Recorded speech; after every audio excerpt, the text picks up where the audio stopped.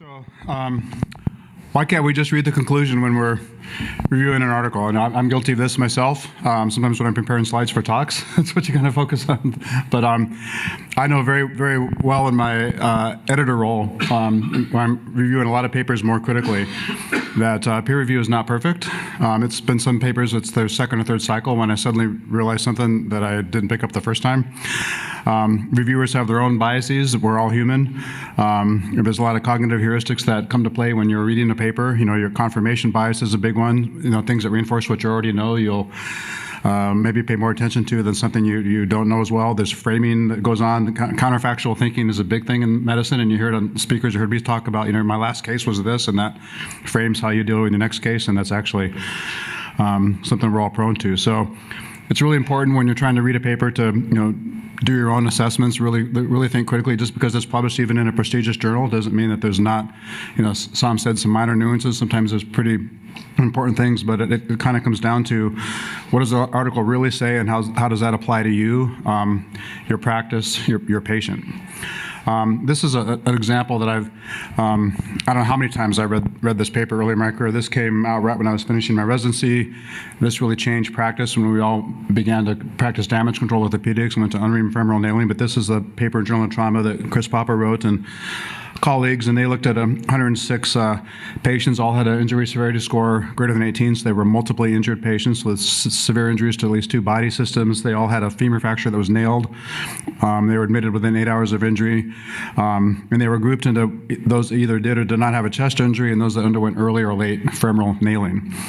And the results, as reported here, showed that the incidence of ARDS and mortality were dramatically greater in the early fixation group, and that led to the conclusion that early fixation was potentially harmful, and we really kind of stopped doing that. And this was so the genesis of the damage control orthopedics that we still often practice. But when you really look at the paper, and there's a table published that has some more information about the patients. And for example, you can look at the incidence of bilateral pulmonary contusions was reported. And if you look at the proportion of patients that had that component of the injury, that nearly parallels the rate of ARDS, which is one of the sort of the primary conclusions. So maybe it wasn't the timing of the femoral nailing, maybe it was more of the degree of pulmonary injury that these patients had. And you know, it's just something that's I've never heard people really bring about. It took me several years to even realize when I read the paper.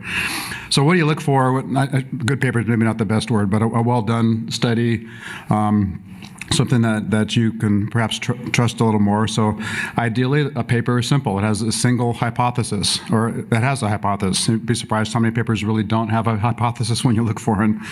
And then there should be a primary outcome related to that hypothesis and something that's objectively and easily measured, has internal validity. So it's related to the hypothesis, and if the outcome is a functional or outcome measure of some sort, then ideally the minimal clinically important difference is known. It isn't for everything, but you know, ideally you would have some sense of what's important, and we'll come back to that later. So the study should be powered on the primary outcome. And study power is a big thing that comes up all the time, and I'll talk about that a little more. You want to look at the effect size. So basically, if this study shows a difference between two groups, is that difference similar to the standard deviation in the measurement? Because there's always going to be that. So if there's a 0.5 difference or even a 5% difference, but the standard deviation is 10%, you know, that sort of seems common sense that maybe you can't trust that finding as much. If there's secondary outcomes, often papers kind of switch their focus from what's in the introduction to what's in the conclusion. So secondary outcomes like that should be pre-specified. It shouldn't be something that kind of came up when they were reviewing the data, then they start talking about. That happens a lot. There should be limited number of statistical comparisons. The more you have, the more that are going to be positive by chance. Ideally, have confidence intervals, and you want to be aware when you see data kind of presented for the first time in a conclusion. That wasn't really mentioned prior to that. And those are things that you see. So the conclusion should address the hypothesis, should be the primary outcome. If a secondary outcome kind of slips into the discussion of what's most important, you should be aware that maybe there's some data mining going on. A lot of papers say things are not significant when you look at the numbers, and I'll show an example of that in a minute, when maybe they are, but it's a type 2 error, and authors really don't highlight that very often, that the study may just simply be underpowered. And then on the opposite side of the coin, p-values are really overemphasized quite a bit. So something will have a p-value of 0.06, and it'll show examples of this, that the conclusion is that the difference doesn't exist. So this is an example excerpted from a real paper. So it didn't really matter what the topic is, but the purpose is to kind of analyze the literature assessing, outcomes of some procedure. And so they do a critical review and find, papers, in this case, combed around 3,000 studies, found 11 that met the criteria. The procedure seemed to be beneficial, and then they say no significant difference was found.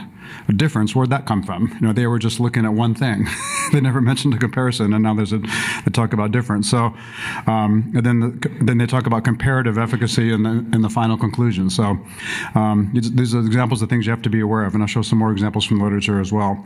So, the strength of evidence in randomized trials, systematic reviews of randomized trials are the best. Randomized trials, prospective randomized trials, anything with a control group, so a case control series can have some benefit, and then the case series that have no control, you'll see reported as well.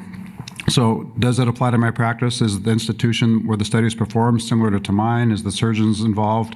So earlier today I talked about that paper of patients or surgeons taking their Part 1 boards. Does that apply to me now? Not so much. But are the patients like mine? Do they have the similar risk factors, similar demographics, all those sort of things? Are the surgeons like me? So we talked a lot about arthroplasty surgeons and trauma surgeons, and do they get similar results? And so if it's an arthroplasty surgeon reporting on the outcome of total hip from a neck fracture, am I that same surgeon or not? Complication rates, reoperations, what things are important to you? So I talked this morning about a paper that talked about fracture-related infection, and I was more worried about reoperation rates. So, what are they looking at? So this is effect size. So you want to look at the absolute risk difference. So a study might report 2 versus 2.1%. First of all, that's going to be really hard to prove. It's a small difference. 2 versus 4%, that's a fairly small absolute risk difference, but it's sort of double the incidence. So what's that mean? And then you could have something we have an order of magnitude greater difference. So those have different implications for how you're evaluating the study. This is a study that was published almost 20 years ago, and I actually wrote a letter to the editor about this. I was so disturbed by their conclusions, which I don't usually do. But this is just a study looking at 1 dose of ANSEF versus 3 doses of ANSEF. Who cares about ANSEF? How much does a dose of ANSEF cost? But they wanted to show that replacing a 24-hour regimen with a single-dose regimen would not increase the rate of surgical site infection. And when you read the conclusions, the basis is 1 dose did not result in an increase in rates of surgical site infection. And then they have these tables, and this was tens of thousands of patients in multiple specialties. But if you look at the table, orthopedic surgeries happen to be at the top. Well, they found that with 24 hours of antibiotics, the overall infection rate was 2.3%. On the 1 dose, it was 2.8%, and the p-value was 0.4, so they conclude it's not significant. But what bothered me was the absolute risk difference is 0.5%. That means if you treat, so they concluded that it was not significant, but the number needed to treat for 0.5% is 200. So if you gave 200 patients 3 doses of ANSEF instead of 1, you prevent an infection. And to me, a fracture-related infection or a prosthetic joint infection, that is a big deal. And the cost to treat that is going to outweigh any cost you save in a few dollars of ANSEF here and there. So the authors concluded this is irrelevant and insignificant, and I kind of felt the opposite. So this is a presentation that Paul Chinetta, Jody Siegel made at the Mobendar at the OTA meeting 20 years ago now, that sometimes studies report a statistical difference, but it's not really clinically relevant. And they reviewed a bunch of randomized clinical trials that had these differences that they didn't feel were important. But the opposite, I think, is true, maybe even more often, which is lack of statistical difference does not mean there's no important difference, but studies just aren't powered to show it. So there's a large number, even in highly regarded journals, of kind of negative result papers where when you actually read the results and you might see something that's 10% versus 20%, that's like an infection rate. That's a big deal for me, but it wasn't statistically significant. And these type 2 statistical errors that may be present are really never acknowledged. So this is a paper I came across when I was preparing for my talk earlier this morning. So this is a real paper. It's about distal femoral replacement and total knee arthroplasty. It's a meta-analysis. And the authors concluded that their review of the literature showed no statistically significant difference in rates of reoperation, infection, mortality, or return to pre-ambulatory status. So that's their conclusion. When you look at the results, I highlighted a couple things in red. So the reoperation rate was 6% versus 12%. So that's double the difference and a pretty big absolute risk difference, and infection 3% to 5.3%. So I would suggest that's also clinically relevant when you talk about all the patients nationally that are treated with, potentially treated with distal femoral replacement. But the p-values were low, and they have forest plots and all these things, and they show the widespread in the confidence intervals. But I think these are potentially clinically relevant differences if that's what they are. But to conclude that they aren't there, is kind of a pitfall. The conclusion would have been better to say we can't tell if there's a difference, but it maybe if there is, it's less than the 10% absolute risk or whatever it is for each of the outcomes. But this is just a common thing, and this concept of statistical fragility is important and rarely discussed. So many studies report results, and if you just look at the results section and you just start flipping one by one patients from one outcome to another, you'll find where the p-value suddenly goes from significant to insignificant, or vice versa, depending which way you go. So this is a table. This is a paper I'll talk about a little bit later from Robert Parisian, but this is a table where they are looking at complication rates from IM nailing and locked plating. And I couldn't tell if this is real or hypothetical data, but they just show how one patient having a complication or not changes the p-value from 0.02 to 0.08. But that's a difference where a conclusion might be that the difference exists versus doesn't exist, and that's this overemphasis again on p-values. But you can measure statistical fragility with this concept, and you can report it's 2 or it's 4, and those are literally the number of patients that would have to have a different outcome to change the conclusion. So that's what this is. And the fragility quotient is just that fragility index divided by the sample size. So that's just another way of kind of looking at how fragile things are. And authors have looked at the literature in different topics, and this is the paper on the statistical fragility of arthroplasty versus fixation literature. 985 RCTs were screened. They found 9 studies. They had 30 total outcomes. And the median fragility index for all the outcomes was 5. So it's just 5 patients, and that often represents just a few percentage of the total change. You have a potentially different conclusion. And so this is true in lots of our literature. This is another paper looking at trauma research. They looked at the papers from JBJS and Journal of Orthopedic Trauma, 198 studies, 775 outcomes that were reported.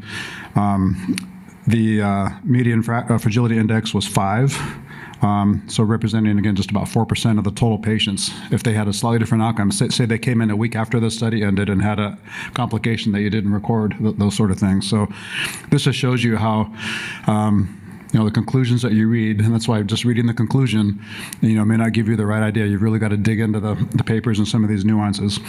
So many papers state their goal is to study one thing, they report on another. Remember that, and Sam spent his career studying this, a p-value that says an association is not due to chance. That does not mean that one causes the other, and that's a common, cognitive thing that we do. We need to be aware of that. So association is not causality. Be aware of conclusions based on p-values, especially if the p-values are small, like a 0.06 or 0.07. That still means there's a pretty decent chance that could have been a real finding. So this is a paper I showed earlier looking at the orthopedics in 2 decades. They looked at 233 randomized clinical trials, 7 major journals. Of the many trials that reported a negative outcome, none of them had a sufficient power to detect a small size, less than a third to detect a medium size, and only about half were actually powered to even see the minimally clinically important difference for an outcome that was known. So again, just showing that our literature is really kind of on the edge of being truly believable for many things. So reading papers is not easy. You've got to be in the right mindset, have your thinking cap on, kind of have an adventurous mindset. There's something in this paper and I'm going to find it, and so you can interpret to how it applies to you, because I might come to a different conclusion than someone else just because our practices and our institutions and everything are different. So hopefully there's some good ideas in there for you, and happy to discuss this more.